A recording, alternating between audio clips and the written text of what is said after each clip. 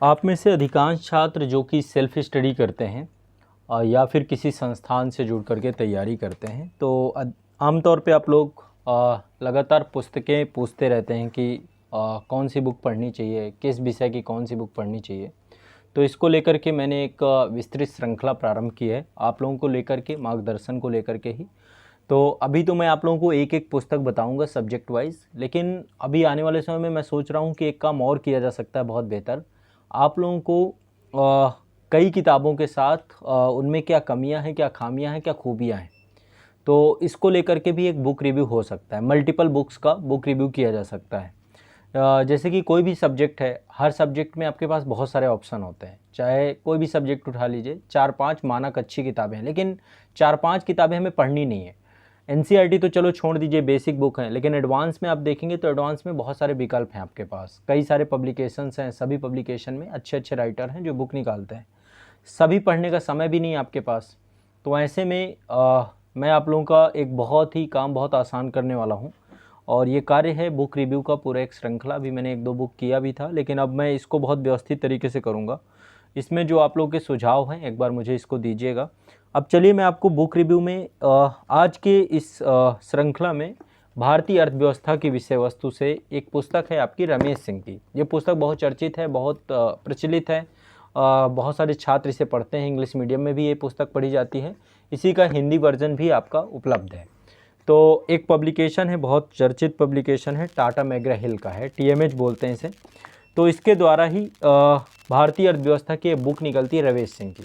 लेकिन ये मात्र इकोनॉमी की एकमात्र बुक नहीं है, ऐसी कई किताबें हैं इकोनॉमी में जो निकलती हैं और बहुत अच्छे राइटर हैं। जैसे एक दत्तम सुंदरम की बुक निकलती है, बहुत अच्छी किताब है। लाल एंड लाल की एक पुस्तक है, वो भी बहुत अच्छी है। थोड़ा सा भाषा उसकी क्लिष्ट है ना। एक पुस्तक आपकी निकलती है मिश्रा एंड पुरी की, ये किताब भी बहुत अच्छी है। एक पुस्तक आपकी कृति रस्तोगी मैम की आती है, जीके पब्लिकेशन से शायद निकलती है पुस्तक। तो मल्टीपल बुक हैं, किसी भी पब्लिकेशन में जाएंगे कोई ना कोई बुक आपको मिलेगी, चाहे एसचंद हो, ओरिएंटेड ब्लैक स्वान में भी एक बुक निकलती है। तो अब आपको भी कन्फ्यूज़न रहता है। देखो, मैं यदि बहुत बारीकी से बात करूं तो इस पे मैं आपको आगे चल के कंपेयर भी करूंगा, क्योंकि ये सारी किताबें मैंने स्वयं पढ़ी हैं, देखी हैं। किताबों का मुझे पता है कि किस बुक में कहाँ पर कौन सा चैप्टर ज़्यादा बेहतर है, कौन सा चैप्टर है जिसे अवॉइड करना चाहिए। तो मैं सूक्ष्म विश्लेषण भी करूँगा। लेकिन आज मैं बात करता हूँ रमेश सिंह की ये पुस्तक के बारे में। यदि मैं आप लोगों को रिकमेंड करना चाहूँ कि कौन सी बुक आपको अर्थव्यवस्था में पढ़नी चाहिए, तो मुझे लाल एंड लाल बहुत अच्छी पुस्तक लगी जब मैंने उसे पढ़ा। लेकिन थोड़ा सा भाषा के स्तर पे उसमें क्लिष्टता है। देखा जाए तो साधारण भाषा में आपको रमेश सिंह की इस पुस्तक में काफ़ी कंटेंट मिल जाएगा। और ये इसका 11वां संस्करण है, रमेश सिंह का ये 11वां संस्करण है। तो इसके संस्करण हर साल जो है बदलते रहते हैं। तो अब मैं आपको थोड़ा सा इस बुक में इकोनॉमी में क्या है, कैसे है, क्या क्या चीज़ें हैं। देखो, अर्थव्यवस्था कॉन्सेप्ट का विषय है। यहाँ पर बिना कॉन्सेप्ट के आप कुछ भी नहीं समझ सकते हैं। जब तक आपको एक बार बेसिक्स नहीं पता होगा इकोनॉमी में, आप इसकी टर्मिनोलॉजी को नहीं समझेंगे, शब्दावली को नहीं समझेंगे, तो मुश्किल है कि आप अर्थव्यवस्था को समझ पाएँ। एक बार यदि आप कॉन्सेप्ट समझ गए अर्थव्यवस्था का, तो मुझे नहीं लगता फिर अर्थव्यवस्था में कुछ कठिन रह जाता है। और ऐसे में संस्थान की एक बड़ी भूमिका होती है, एक अच्छे शिक्षक की एक बड़ी भूमिका होती है। पुस्तक आप पढ़ सकते हैं, नो डाउट। पुस्तक में आपको सारी चीज़ें मिलती हैं, शब्द संग्रह मिलता है, संस्करण के बारे में भी सब कुछ जानकारी होती है इसमें। और जहाँ तक प्रयास यही होता है, देखो, आप चाहे सेल्फ स्टडी कर रहे हो, सेल्फ स्टडी का कोई विकल्प नहीं, मैं हमेशा कहता हूँ, या किसी संस्थान से जुड़ के तैयारी कर रहे हो, तो ऐसे में संस्थान में ये होता है कि शिक्षक बहुत सारी चीज़ों को नहीं पढ़ा सकता। ये बिल्कुल पॉसिबिलिटी के साथ, मतलब मैं आपको कहूँ कि बहुत सारी चीज़ें इधर उधर ख़त्म भी हो जाती हैं। हमने भी ऑनलाइन बैच में पढ़ाया है, मैंने स्वयं पढ़ाया है, इसके अलावा रावेन सर पढ़ाते हैं इकोनॉमी। तो हम कई किताबों का संग्रह संकलित करके आपको पढ़ाते हैं। मेरा तो प्रयास हमेशा ही रहता है, संस्था हमेशा ही प्रयास करती है कि आपको आसान भाषा में पढ़ाया जाए, तो और कुछ बचे ना। क्योंकि अब कोई भी सब्जेक्ट हो, इस पुस्तक में मैं आपको बताऊं तो सारी चीज़ें नहीं मिलने वाली है आपको। इसके लिए आपको इंटरनेट का भी सहारा लेना पड़ेगा। बहुत सारी चीज़ें होती हैं, करंट में अपडेट होती है, क्योंकि मुद्दा ये है कि आप इस साल पढ़ रहे हैं तो अगले साल एग्जाम देना है। उस एग्जाम के अकॉर्डिंग आपको बुक में आप पढ़ने के बाद केवल ये सोचिए कि इसी बुक से काम हो जाएगा, नहीं। ये सिर्फ आपकी बेसिक्स की बुक है। आपको इकोनॉमी हो गया, पॉलिटी हो गया, आईआर हो गया, यहाँ पर तो आपको करंट पे काम करना ही पड़ेगा। आप मतलब इस पर किस तरह का रिस्क नहीं ले सकते। तो जहाँ तक बात है देखो भारतीय अर्थव्यवस्था विषय वस्तु की, तो आप इस बुक पे ट्रस्ट कर सकते हैं, नो डाउट। अब इसमें कौन कौन सा टॉपिक है कवर करती है, कौन से टॉपिक है छोड़ती है, इस पर भी बात कर लेते हैं। ये 11वां संस्करण है इनका, और काफ़ी इसमें बहुउपयोगी आपको जानकारी मिलेगी। और इसका लेटेस्ट संस्करण आपको हमेशा देख के रखना है। ये अभी आपका इसमें 2019 का डेटा है। इसमें जो डेटा है बाहर ही आपको मिल जाएगा, क्या क्या डेटा इसके अंदर संकलित है। तो इंडिया ईयर बुक प्रकाशन विभाग के द्वारा हर साल निकाली जाती है, तो भारत 2019 का डेटा है। बजट 2019-20 का है, जबकि बजट 2021-22 का आपको चाहिए। तो अब देखिए कोई भी बुक है, अभी ये भी आउटडेटेड बुक इस तरीके से मान ली जाएगी। अब डेटा क्या है, 21-22 का चाहिए हमें, इंडिया ईयर बुक 2020 चाहिए। तो आपको संस्करण जरूर ध्यान रखना है। ये चीज़ हम हमेशा जो है इसको ध्यान में नहीं रखते हैं। आपको संस्करण देखना है कि आप कौन सा संस्करण पढ़ रहे हैं, और डेटा अपडेट होता है। लक्ष्मीकांत भी इसी तरीके से अपडेट होती रहती है बुक। तो संस्करण का एक महत्व होता है। एक आपकी डीडी बसु की बुक आती है पॉलिटी में, वो भी अपडेट, मल्टीपल सारी बुकों के संस्करण आते हैं प्रॉपर। तो जैसे अब हमने भी संस्था में पढ़ाया है, तो इकोनॉमी को अपडेट किया, कारण करंट का विषय है। पॉलिटी अपडेट किया, कारण करंट का विषय है। जो करंट के टॉपिक है उनको अगले संस्करण में हमें लाना ही पड़ेगा। हिस्ट्री को एक दफ़े चला सकते हैं कि भाई हिस्ट्री को हम चला सकते हैं किसी तरीके से, लेकिन ऐसा नहीं है। एक बार जब बुक कोई बनती है, बुक, क्योंकि मैंने खुद 3 से 4 पुस्तकें आपकी लिखी हैं स्वयं, तो जब कोई बुक बनती है, और आपको जल्द ही आज़ाद पब्लिकेशन के थ्रू वो पुस्तकें भी मिलेंगी, अभी उन पे काम चल रहा है। तो जब आप लिखते हैं, पहला संस्करण लिखते हैं, तो लिखने के बाद उन पुस्तकों में बहुत सारी खामियां रह जाती हैं। खामियां कहने का मतलब, जब कोई भी राइटर दोबारा देखता है तो उसे लगता है अरे कंटेंट कुछ और डाल सकते हैं, और इसको अपडेट कर सकते हैं, अपग्रेड कर सकते हैं। तो हर पुस्तक के आते हैं आपको संस्करण। मैं आपको ये बताऊँ, विश्व इतिहास की बात कर रहा हूँ ना, ये देखिए कुमार नलिन की पुस्तक है, ठीक है, इसका भी दूसरा संस्करण है, इसका भी देखिए द्वितीय संस्करण है। कारण कि जब पहली बार राइटर ने लिखा, फिर अगली बार इसने प्रयास किया कि कुछ और बेहतर करते हैं, 1, 2, 4, 6 चैप्टर और जोड़ देते हैं। फिर वो हर साल परीक्षा के ट्रेंड को भी देखता है, क्योंकि इस पुस्तक की प्रासंगिकता तब तक है जब तक इससे जुड़े हुए प्रश्न, इसको पढ़ने के बाद आपके प्रश्न परीक्षा में आए, तभी ये उपयोगी रहेगी। यदि ये इसका कंटेंट आउटडेटेड हो जाएगा, आपके किसी काम का नहीं रहेगा। तो ऐसे में पुस्तक का संस्करण मायने रखता है, आपको अपडेटेड संस्करण ही पढ़ना चाहिए। तो ये आपका 11वां संस्करण है ना, रमेश सिंह का, और इसका अगला संस्करण भी जल्द ही मार्केट में आने वाला है। तो ऐसे में आप इस संस्करण को पढ़ सकते हैं, कोई दिक्कत नहीं है। अब इसमें देखो, पहला जो चैप्टर दिया है इनमें परिचय, इंट्रोडक्शन से शुरू किया गया। पहला है इकोनॉमी का परिभाषा क्या होगी, अर्थव्यवस्था और अर्थशास्त्र में अंतर क्या है। अर्थशास्त्र अलग चीज़ है, एक इकोनॉमी का वैज्ञानिक अध्ययन या उसका सैद्धांतिक अध्ययन अर्थशास्त्र के अंतर्गत किया जाता है। अर्थव्यवस्था किसी देश की होती है। जब कभी भी आप इकोनॉमी शब्द यूज करते हैं, ये अपने आप में अधूरा शब्द है, आपको किसी देश का शब्द प्रयोग करना ही पड़ेगा। यदि आप अमेरिकी अर्थव्यवस्था बोलते हैं तो हाँ, अर्थव्यवस्था ये एक सार्थक शब्द है। यदि मैं केवल अर्थव्यवस्था विषय बोलूँ तो यानी कि मुझे जानकारी नहीं है, मैं नहीं समझ पा रहा हूँ। अर्थव्यवस्था किसी देश से जुड़ाव रखता है, किसी राष्ट्र से जुड़ाव रखता है, और राष्ट्र और देश 3-4 चीज़ों से मिलकर बनता है। राष्ट्र का मतलब है एक निश्चित भूभाग जिसके अंतर्गत कोई एक जनसंख्या निवास कर रही है, जहाँ पे प्रॉपर शासन प्रशासन चल रहा है, और जहाँ पे उस देश की अपनी खुद की संप्रभुता है। जब इन सभी मायनों को आपस में कलेक्ट करेंगे, तब जाकर वो गवर्नेंस वहाँ के प्रशासन के द्वारा वहाँ की एक इकोनॉमी डेवलप की जाएगी, रेगुलेट किया जाएगा विभिन्न संस्थाओं के द्वारा। तो इस तरीके से अर्थशास्त्र अर्थव्यवस्था में अंतर क्या है, अर्थशास्त्र का केंद्र क्या है, तो ये बहुत बेसिक चीज़ें हैं। पूंजीवादी अर्थव्यवस्था क्या है, समाजवादी अर्थव्यवस्था क्या है, मिश्रित अर्थव्यवस्था क्या है। मैंने ऑनलाइन बैच में इन चीज़ों को बहुत गहराई से बताया, एक एक विषय वस्तु को। फिर अर्थव्यवस्था में राज्य की भूमिका क्या होती है, राज्य क्या करता है। अब देखो, समाजवादी अर्थव्यवस्था में तो राज्य पूरी तरीके से नियंत्रित भी करता है और रेगुलेट भी करता है, लेकिन यदि पूंजीवादी अर्थव्यवस्था में जाएंगे तो वहाँ पे राज्य की भूमिका केवल रेगुलेशन की होती है, कंट्रोल नहीं करता इकोनॉमी को। राज्य का हस्तक्षेप ना होकर के बाजार का हस्तक्षेप होता है ना। तो ये सब बहुत सारी विषय वस्तु आप इसमें बहुत बेसिक से शुरुआती चैप्टर में पढ़ेंगे। इसका मैं टारगेट वीडियो भी चला रहा हूँ आज़ाद पब्लिकेशन में, आप देखेंगे तो सेल्फ स्टडी प्रोग्राम पूरा मैं आप लोगों के लिए चला रहा हूँ। तो टारगेट वीडियो में 5वें टारगेट से मैंने इसको चालू भी किया है, आप लोगों को टारगेट दे रहा हूँ। आप इससे भी बहुत बेसिक तरीके से इस पुस्तक को पढ़ भी सकते हैं, कोई दिक्कत नहीं है। तो पूंजीवादी अर्थव्यवस्था, राज्य अर्थव्यवस्था, मिश्रित अर्थव्यवस्था, इसके बाद अर्थव्यवस्था में राज्य की भूमिका क्या है, वाशिंगटन सहमति क्या है ना, जिसमें पूंजीवाद समृद्धि प्रोत्साहन साधन के बारे में जानकारी मिली। अर्थव्यवस्था के क्षेत्र क्या है, अर्थव्यवस्था के प्रकार क्या हैं, राष्ट्रीय आय क्या है, नेशनल इनकम, ये भी कॉन्सेप्ट है पूरी तरीके से, जिसमें आपको जीडीपी, एनडीपी, जीएनपी, एनएनपी है ना, एनएनपी ही राष्ट्रीय आय है, तो ये आपको एक कॉन्सेप्ट है। फिर राष्ट्रीय आय की गणना कैसे करते हैं, लागत मूल्य पे या फिर बाजार मूल्य पे। राष्ट्रीय आय लेखा के आधार वर्ष विधि और संशोधन ये विषय वस्तु है। 2018-19 के लिए आय के अनुमान, विकास, वृद्धि और खुशहाली के बारे में अगला चैप्टर है, जिसमें प्रस्तावना क्या है, ओ माफ़ करिएगा, प्रगति क्या है ना, समृद्धि क्या है, आर्थिक समृद्धि क्या है, विकास क्या है, आर्थिक विकास क्या है, विकास के मापन क्या है, मानव विकास सूचकांक क्या है, ऐसे बहुत बेसिक हैं और ये सबसे प्रश्न पूछे जाते हैं। खुशहाली क्या है ना, भूटान जैसे देश ने अपने यहाँ पर सकल राष्ट्रीय खुशहाली की बात कही है। तो कहीं ना कहीं पे मानव व्यवहार की दृष्टि से सामाजिक मानदंड क्या है, सांस्कृतिक और विकास मूल्य और अर्थव्यवस्था का इससे कैसे जुड़ाव होता है, भारतीय अर्थव्यवस्था का उद्भव कैसे हुआ, ठीक है, तो और कैसे एक प्लान्ड इकोनॉमी, जैसे भारत जैसे देश में किस तरीके से पंचवर्षीय योजनाएं बनाई गई, योजना आयोग बनाए गए, बहुत बेसिक चीज़ें हैं। सार्वजनिक क्षेत्र पे कैसे जोर दिया गया। अब तो आप देख रहे हैं, अब बहुत बड़ा अंतर है। यदि आप आज़ादी के समय भारत देखें और अभी के भारत को देखें तो सरकार की पूरी तरीके से सरकार की जितनी भी भूमिकाएं हैं बदल चुकी हैं। सरकार की जो इस समय के मायने हैं वो भी बदल चुके हैं। अर्थव्यवस्था को लेकर सरकार अब पूरी तरीके से निजी सेक्टर के ऊपर चीज़ें छोड़नी चाहती है। लगातार निजीकरण किया जा रहा है, विभिन्न बंदरगाहों का निजीकरण हो रहा है, रेलवे का निजीकरण हो रहा है, यहाँ तक कि जो परमाणु नाभिकीय रिएक्टर हैं उसका भी निजीकरण हो रहा है।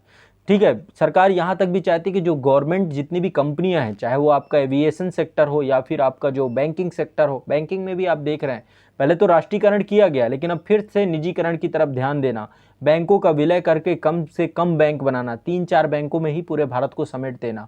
तो अब सरकार धीरे धीरे जिस तरीके से समाजवादी अर्थव्यवस्था की तरफ पहले झुकाव ज़्यादा था, अब धीरे धीरे पूंजीवादी अर्थव्यवस्था की तरफ झुकाव ज़्यादा है। ये हुआ कब? 1991 से कॉन्सेप्ट बहुत तेज़ी से आया जब भारत में भुगतान संतुलन की समस्या के साथ एलपीजी रिफॉर्म हुए, है ना। तो ये सब चीज़ें आप पढ़ेंगे और यही सब चीज़ें हमने क्लासेस में भी बहुत डिटेल से पढ़ाया है, बट आप ये बुक भी पढ़ेंगे तो यहाँ पर आपको मिलेगा। आर्थिक नियोजन क्या है, भारत में नियोजन के बारे में यहाँ पे पूरी जानकारी मिलेगी कि कैसे यहाँ पर विश्वसरैया योजना जो थी, फिक्की का प्रस्ताव, कांग्रेस योजना, गांधीवादी योजना, जन योजना, सर्वोदय योजना, इसके बाद योजना आयोग बना। योजना आयोग बनाने का उद्देश्य क्या, अब तो ख़त्म कर दिया सरकार ने, उसकी जगह पे नीति आयोग बना दिया, है ना।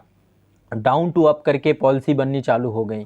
तो योजना आयोग, राष्ट्रीय विकास परिषद, पहले नेशनल डेवलपमेंट कमीशन हो काउंसिल होती थी, केंद्रीय नियोजन को लेकर के पंचवर्षीय योजनाएं चलाई गई। अब सब खत्म है, 3 वर्षीय और 7 वर्षीय और 15 वर्षीय योजनाएं, दीर्घावधि योजनाओं में हम चले गए। इसके बाद जो है हमने जो है 20 सूत्रीय कार्यक्रम चलाए, संसद स्थानीय क्षेत्र विकास योजनाएं चलाई, अभी संसद ग्राम जो संसद आदर्श ग्राम योजना है, ये बहुत सारी योजनाएं हैं जो इससे जुड़ाव रखती हैं। इसके अलावा बहुस्तरीय नियोजन भी किया गया, राज्य स्तर पर नियोजन, जिला स्तर पर नियोजन, स्थानीय स्तर पर नियोजन, ब्लॉक स्तर पर नियोजन, ये सब पढ़ेंगे। विकेंद्रित नियोजन के अंतर्गत ये विषय वस्तु है और इसमें वित्त आयोग का एक बड़ी भूमिका है। फाइनेंस कमीशन जो आपका एक संवैधानिक आयोग है, अनुच्छेद 280 के तहत हर 5 साल में गठित होता है और मुख्य कार्य है राजस्व का बंटवारा करना। तो एक ये भी आप यहाँ पर पढ़ेंगे। फिर इसके बाद इसका एक आलोचनात्मक मूल्यांकन भी पुस्तक में दिया गया है। समावेशी और सतत विकास के बारे में हमेशा चर्चा की गई है। तो समावेशी वृद्धि क्या है, समावेशी विकास क्या है, निवेश मॉडल क्या होना चाहिए, सब आपके सिलेबस में दिया गया है। अर्थव्यवस्था का सिलेबस एक बार देख लीजिएगा, लगभग इसमें सारे टॉपिक अर्थव्यवस्था के सिलेबस के हिसाब से दिए गए हैं। केंद्रीय क्षेत्र की योजनाएं क्या हैं, केंद्र प्रायोजित योजनाएं क्या हैं, स्वतंत्र मूल्यांकन कार्यक्रम क्या है, ठीक है, सब दिए गए हैं। और नीति के प्रमुख दस्तावेज क्या हैं, आर्थिक सुधार को लेकर के क्या कार्य करना है। इसके बाद आपका मुद्रास्फीति एवं व्यापार चक्र के बारे में यहाँ पर चर्चा की गई है। इसके बाद कृषि एवं खाद्य प्रबंधन के बारे में चर्चा की गई है। इसके बाद आपका उद्योग एवं विनिर्माण सेक्टर के बारे में चर्चा की गई है। इसके बाद आपका सेवा क्षेत्र जो आपका सर्विस सेक्टर है, इसके बारे में चर्चा की गई। इसके बाद आपका भारतीय वित्त बाजार, उसके बारे में चर्चा की गई है। भारत में बैंकिंग सेक्टर के बारे में चर्चा की गई है। इसके अलावा जो है आपका भारत में बीमा क्षेत्र है, इंश्योरेंस कंपनियां जो हैं, इसको लेकर के आपका पूरा चर्चा की गई। देखो बहुत आसानी से मैं आपको बताऊं, शुरुआत यदि आप देखेंगे तो मनी से ही हमें करनी चाहिए। जिस तरीके से प्राचीन काल में पहले वस्तु विनिमय प्रणाली थी, वार्टर सिस्टम था, धीरे धीरे मुद्रा का एवोल्यूशन हुआ, पंच मार्क क्वाइन आए, इसके बाद धातु के सिक्के चलाने शुरू किए गए। पहले धातुओं में भी आपको पता है सबसे पहली धातु जो खोजी गई तांबा था, है ना। तांबे के बाद टिन के साथ मिलाकर के कांसा निर्मित किया गया सिंधु घाटी सभ्यता में। आगे चल के चांदी आई, चांदी के बाद सोना आया, तो धातुओं के सिक्के बनने चालू हुए। गुप्त काल तक में तो सोने के सिक्के चलने लगे थे, उससे पहले ही आप देखेंगे प्राचीन काल में तो कनिष्क के साम्य पीरियड में, इससे पहले भी और थोड़ा सा जाए तो इंडो ग्रीक शासक जो थे वहीं से स्वर्ण मुद्राएं चलना प्रारंभ हो गई थी। ये दिखाता है कि हमारी अर्थव्यवस्था पहले कितने विकसित स्तर पर थी। फिर आपका धीरे धीरे आप देखेंगे जब से अरब आए, अरबों के समय में सिक्कों के मायने बदले, सिक्कों के तरीके बदले, तो सिक्कों से भी हर समय की सामाजिक स्थिति और उस समय की अर्थव्यवस्था, इन दोनों के बारे में जानकारी मिलती है। आगे कालांतर में आप देखेंगे तो आधुनिक काल में बहुत परिवर्तन हो गया, पेपर मनी आ गई, पेपर करेंसी आ गई, है ना, कागज़ की मुद्रा बनने लग गई और उसकी एक वैल्यू दे दी गई। कागज़ की मुद्रा के बाद अब देखेंगे प्लास्टिक मनी का कॉन्सेप्ट आ गया। आपके पास डेबिट कार्ड है, क्रेडिट कार्ड है, एटीएम कार्ड है, अब भीम यूपीआई डिजिटल करेंसी आ गई, क्रिप्टो करेंसी की बात की जा रही, वर्चुअल करेंसी की बात की जा रही है, बिटकॉइंस है ना। तो आप देखेंगे धीरे धीरे बड़े बड़े स्तर का एवोल्यूशन है मुद्रा को लेकर के। तो आपके पास पहले तो मुद्रा आपको समझनी चाहिए, किस तरीके से मुद्रा अर्थव्यवस्था के लिए सबसे ज़रूरी है, उसका एक हिस्टोरिकल बैकग्राउंड कैसा है। और अभी आपने जैसे कि देखा कि डीमोनेटाइजेशन कर दिया गया, कुछ पैसे हैं जिनको लीगल टेंडर से हटा दिया गया। 2016 में बड़े स्तर की नोटबंदी की गई, इससे पहले भी कई बार की जा चुकी है ना। तो कहीं ना कहीं पे इन सब का प्रभाव पड़ता है किसी भी अर्थव्यवस्था में।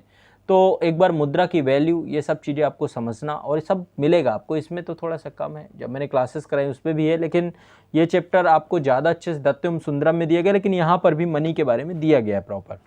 तो जब आपके पास पैसा होगा तो फिर पैसा आप निवेश करने की सोचेंगे, और सरकार चाहेगी कि संगठित क्षेत्र के तहत पैसा रेगुलेट हो अर्थव्यवस्था में, तो उसके लिए फिर बैंकिंग सिस्टम से आप जुड़ेंगे। सरकार ने जनधन योजनाएं खुलवाई हैं इस समय पे, और जनधन योजना में सभी को प्रधानमंत्री जनधन योजना के तहत सबके खाते खोल दिए गए कि ताकि आप अपना पैसा रेगुलेट करें, कहाँ से, बैंकिंग सिस्टम से। सरकार भी आपसे जुड़ सके, आपको लोन मिल सके, आपको, या फिर जो इन्फ्लेशन है उसको कंट्रोल किया जा सके। तो मल्टीपल रीज़न है। बैंकिंग सिस्टम यानी एक संगठित ढांचे से आपके पैसे को जोड़ दिया गया, एक चेन क्रिएट कर दी गई ताकि पैसे का टर्नओवर, उसे रेगुलेशन बना रहे, रेगुलेट होता रहे। इसके बाद एक चीज़ और देखेंगे आप, ये सब चीज़ें होने के साथ साथ एक और विषय वस्तु आपकी यहाँ से जुड़ेगी, वो है जब आपके पास पैसा होगा तो आप निवेश करने की सोचेंगे। आपको लगेगा कि भाई इस पैसे को रखने से कोई फ़ायदा नहीं है, आप निवेश करेंगे। और निवेश यदि सिक्योर्ड चाहेंगे तो आप बैंक में रखेंगे। यदि आप उस निवेश को चाहेंगे कि ज़्यादा बड़ी मात्रा में पैसा है तो आप शेयर मार्केट में जाएंगे, तो प्रतिभूति बाज़ार में आपको पैसा मिलेगा। लेकिन उसमें जितना भी कहते हैं ना, जितना आपको प्रॉफिट होगा उससे ज़्यादा आपको रिस्क भी है। ऐसे में फिर इंश्योरेंस है। तो आप बहुत कड़ी वाइज कड़ी आप चीज़ों को समझ सकते हैं, बहुत ज़्यादा इसमें कॉम्प्लिकेशन तो नहीं है मेरे हिसाब से यदि देखें तो। एक बार आपको बस इसको समझना, इस किताब में भी आपको बहुत चीज़ें कॉम्प्लिकेटेड मिलती हैं, लेकिन आपको मज़ा आएगा पढ़ने पे। तो यहाँ पे आपको ये सारी चीज़ें मिलेंगी। इसके बाद भारत का वैदेशिक क्षेत्र है, उसके बारे में भी आपको यहाँ पर जानकारी मिलेगी। इसके बाद अंतर्राष्ट्रीय आर्थिक संगठन एवं भारत, इसके बारे में जानकारी। भारत में कर संरचना कैसी है, टैक्सेशन सिस्टम कैसा है। हमारे यहाँ पे अब जैसे कि सब टैक्स देते हैं, चाहे गरीब हो चाहे अमीर हो। जो गरीब है या फिर कहें जो आम जनता है, जो इनकम टैक्स के दायरे में नहीं आती, या फिर सब के सब आप प्रत्यक्ष कर सब देते हैं, जीएसटी सब भरते हैं, ठीक है। तो सरकार के द्वारा आप सभी से, सरकार कर से ही चलती है, तो कर का पूरा ढांचा आपको देखना है, कराधान की विधियां क्या हैं सरकार के द्वारा, ठीक है। तो पहले आप वैट पढ़ेंगे, फिर इसके बाद जीएसटी पढ़ेंगे जो इस समय करंट में है। और न्यूनतम वैकल्पिक कर क्या है, कर व्यय क्या है, समाहरण दर क्या है, वैधता और कराधान कैसे, ये पूरा आय और उपभोग विसंगति क्या है, इसको लेके पूरा इनका इंफ्रास्ट्रक्चर इसमें दिया गया है। भारत में लोक वित्त के बारे में भी आप पढ़ेंगे कि कैसे बजट में सारी व्यवस्था की गई है। राजकोषीय नीति क्या होती है, भारत की राजकोषीय स्थिति क्या है, जीडीपी क्या है, सब चीज़ें पढ़ेंगे इसमें, और किस तरीके से सरकार के द्वारा बजट में हर साल जो है देश को चलाने के लिए हर क्षेत्र के लिए प्रॉपर एक व्यवस्था की जाती है। इसके बाद इसको थोड़ा सा यहाँ पर देखो, अब ये इकोनॉमी भर नहीं है, इससे सब कुछ जुड़ता है। किसी भी देश की अर्थव्यवस्था वहाँ के पर्यावरण को भी प्रभावित करती है, वहाँ की ज्योग्राफी को भी सब एक दूसरे से जुड़ा हुआ है, उसका हिस्टोरिकल बैकग्राउंड भी इससे जुड़ता है, उस देश में कितना डेवलपमेंट हो रहा है, कितनी ग्रोथ हो रही है, ये भी उससे जुड़ता है। तो ऐसे में धारणीय एवं जलवायु परिवर्तन, भारत और विश्व, ये सारे टॉपिक आपको इन सब चीज़ों से आप जुड़ेंगे तो आप पढ़ेंगे इसमें। भारत में मानव विकास को लेकर के क्या है, ह्यूमन डेवलपमेंट को लेकर के क्या है, सामाजिक और आर्थिक मुद्दे इसमें दिए गए हैं, यानी कि करंट के कुछ टॉपिक आपको मिलेंगे यहाँ पर, ज्वलन समसामयिक। तो इसमें मैं आपको कहूँ तो सारे टॉपिक तो नहीं है, लेकिन ये है कि काफ़ी कुछ कवर करने का प्रयास इसमें किया गया है। मैं कुछ दूसरी किताबों के साथ भी इसको आपसे कंपेयर करूँगा, तब आपको पता चल जाएगा कि यहाँ पे क्या है क्या नहीं है। अब दत्त एवं सुंदरम है, वहाँ पर सब्सिडी को लेकर के, मानव विकास को लेकर के, गरीबी, बेरोजगारी, भूखमरी या सामाजिक न्याय को लेकर के बहुत शानदार चैप्टर है उसमें। आप ऐसे लिखना चाहते हैं, कुछ भी लिखना चाहते हैं तो उसमें बहुत अच्छे से दिया गया है। बट इस किताब की मुझे सबसे अच्छी खासियत ये लगती है कि इसकी भाषा साधारण है। आप यदि फ्रेशर हैं तो आप इसको पढ़ सकते हैं, कोई दिक्कत नहीं। लेकिन इससे पहले आपको एनसीईआरटी भी पढ़नी चाहिए। क्लास 11th की भारतीय अर्थव्यवस्था की एनसीईआरटी बहुत अच्छी है। वो भी नहीं समझ में आती तो क्लास 9-10 की एनसीईआरटी एक बार देख सकते हैं आप, ठीक है। और लास्ट में इसमें जो दिया गया है कुछ जो है आपकी शब्द संग्रह दिया गया है, और उससे पहले कुछ प्रश्न दिए गए हैं, चयनित प्रश्न दिए गए हैं। ये सारी चीज़ें आपको इसमें फाइनली मिलेंगे इस पूरी पुस्तक में। और मुझे नहीं लगता कि आप इस पुस्तक को यदि पूरी पढ़ेंगे तो आपको ये अर्थव्यवस्था को लेकर के किस तरह की दिक्कत आएगी। इसके बावजूद देखो और भी किताबें हैं। अब आप कंफ्यूज ना हो, एक किताब लें, इसी पे नोट्स बनाते रहें। इसको लेकर मैंने एक वीडियो भी जारी किया था कि आपको पढ़ना कैसे चाहिए, पढ़ें कैसे। कम से कम 3 रीडिंग तो करनी चाहिए। आप पढ़ेंगे पुस्तक, आपको लगेगा आप भूल रहे हैं। क्यों? यदि आपने एक भी बार इसको किसी भी तरीके से इस किताब को बहुत ज़्यादा कॉन्सेप्ट बेस और सारी चीज़ों करके नहीं देखा तो शायद मुझे लगता है काम नहीं हो पाएगा। तो ऐसे में इसको आपको बहुत ध्यान से पढ़ना है, देखना है हर चीज़ को, ठीक है। तो चलिए, ये आपके लिए ये पुस्तक है भारतीय अर्थव्यवस्था की, और इसको एक बार देख लीजिएगा। इसका 11वां संस्करण है, आप ले सकते हैं, आप पढ़ सकते हैं, मैं आप सभी को रिकमेंड करता हूँ। लेकिन कुछ चैप्टर आपको दूसरी किताबों के पढ़ने पड़ेंगे, तो एक बार मैं उनको भी डिस्कस करूंगा। मैं आप लोगों को दत्त एवं सुंदरम की पुस्तक भी डिस्कस कर दूंगा, मैं आपको मिश्रा एंड पुरी की पुस्तक भी डिस्कस कर दूंगा। लेकिन आप में से कोई एक पुस्तक उठानी है, और रमेश सिंह आपको उसमें से बेहतर पुस्तक में से एक है। मैं इसे आप लोगों के लिए, हिंदी माध्यम के बच्चों के लिए ये रिकमेंड करता हूँ, आप पढ़ सकते हैं। और ओवरऑल जो चैप्टर इसमें नहीं है तो आप दूसरी पुस्तक से देख सकते हैं। मैं वो चीज़ आपको कंपेयर करके जब दिखाऊंगा तब आपको समझ में आएगा। तो ओवरऑल आपकी परीक्षा को लेकर ठीक है, लेकिन करंट को लेकर के हर साल चेंज होता है, वो आपको देखना पड़ेगा। आर्थिक सर्वेक्षण जो हर साल आता है, बजट हर साल आता है, जब आप परीक्षा में जा रहे हैं उससे पहले हो सकता है इस बुक में ना मिले उसका डेटा, ठीक है। इसीलिए ऑनलाइन बैचेस में हमने भी सारी चीज़ डिटेल से पढ़ाई है। ऑनलाइन बैच में तो मल्टीपल बुक से पढ़ा गया, एक बुक नहीं है, कई किताबों का संकलन है उस किताब में। ऑनलाइन बैच में 4 से 5 पुस्तकें एक शिक्षक आपके लिए रिसर्च करके लाता है और फिर पढ़ाता है आप लोगों को। तो जहाँ तक है कि 2 तरीके हैं, पर सेल्फ स्टडी करनी है, अनिवार्यता करनी है, आपके पास एक पुस्तक होनी चाहिए, तब आपका काम बन पाएगा, ठीक है। तो ये रहा आप लोगों के लिए इस भारतीय अर्थव्यवस्था रमेश सिंह का रिव्यू, और एक बार इसे पढ़ लीजिएगा। और यदि किसी तरीके की आपको दिक्कत आती है तो मुझे बताइएगा। रमेश सर के बारे में आप सब जानते होंगे, दिल्ली स्कूल ऑफ इकोनॉमिक्स से शिक्षा प्राप्त हैं, ये बहुत बड़े शिक्षाविद हैं। और इसके अलावा सिविल सेवा में काफ़ी समय से, लगभग 20 साल से जो है ये सिविल सेवा के छात्रों को जो है गाइड कर रहे हैं। तो ऐसे में एक अच्छा अनुभव है। सर के द्वारा जो है क्लासेस भी मुझे लगता है ली जाती हैं करोल बाग में। तो ओवरऑल ठीक है, अच्छी किताब है। और टीएमएच की किताबें जितनी भी हैं, अच्छे राइटर्स हैं, तो ये आपके लिए अच्छी किताब है। सेल्फ स्टडी वाले बच्चे कंफ्यूज ना हो, रमेश सिंह की बुक लें। ये बुक आपको आपके आसपास बुक स्टोर पे मिल जाएगी। यदि नहीं मिलती तो आपको azadpublication.com पे जाना है, हमारी ऑफिशियल साइट है www.azadpublication.com। यदि आप वहाँ जाएंगे तो आपको ये बुक पूरी मिल जाएगी, कोई दिक्कत नहीं होगी, आपको ईजिली ये किताब आपको वहाँ पर मिल जाएगी, और आप वहाँ से आप इस किताब को लेकर के पढ़ सकते हैं, ठीक है। www.azadpublication.com ये बुक है। आप ऑर्डर कर देंगे, आपको आ जाएगी विदिन 7 डेज़, तो कम से कम लगते ही है। तो या फिर आपको वहाँ पर azadpublication.com है, या thebookindia.com भी हमारा ही है, संस्थान का ही है। तो आप वहाँ से भी कांटेक्ट करके बुक मंगवा सकते हैं, ठीक है। तो चलिए, इस किताब को पढ़िए, कोई दिक्कत नहीं है, अच्छी किताब है। इसके अलावा जो बाकी की किताबें हैं आपकी, मिश्रा एंड पुरी, दत्त एवं सुंदरम, आप मुझे कमेंट करिएगा। इसके अलावा भी कोई भी किताब की बुक रिव्यू करना हो, कुछ आपको जानकारी चाहिए हो, तो देखो आमतौर पे जब भी मैं किसी किताब का बुक रिव्यू करता हूँ, इसका मतलब मैंने पढ़ा है, पढ़ने के बाद ही मैं उस किताब के बारे में जानकारी दे सकता हूँ। कई बार जो है मुझसे कई लोग कांटेक्ट भी करते हैं कि सर एक बुक रिव्यू करिए, लेकिन जब तक मैं पढ़ता नहीं हूँ किताब को, तब तक मैं आप तक जानकारी नहीं प्रेषित करता हूँ। तो ये किताब मैंने चूँकि कई बार पढ़ी है, 1-2 बार की बात ठीक है, कम से कम कई बार पढ़ी है किताब तब। और जो भी अपडेटेड वर्जन आता है मैं उसे एक बार ज़रूर देखता हूँ, जो भी अपडेटेड होता है। नोट्स आप बुक के अंदर ही बना सकते हैं, जब इसका अपडेटेड वर्जन आए आप उससे जुड़ी हुई जो कुछ भी चंद चीज़ें हैं आप इसी में ऐड कर सकते हैं, तो एक किताब को आप समग्र बना सकते हैं, ठीक है। तो चलिए, आज के लिए इतना ही। आप अपना मुझे बताइएगा कैसा लगा, और ये बुक को लेकर के आपको कोई भी दिक्कत है पब्लिकेशन की साइट पे आप लोग जा कर के बुक मंगवा सकते हैं। और ओवरऑल आपको किसी भी बुक के बारे में जानकारी चाहिए हो तो मुझे कमेंट में बता सकते हैं। ठीक है, चलिए बहुत बहुत शुक्रिया, आभार, धन्यवाद।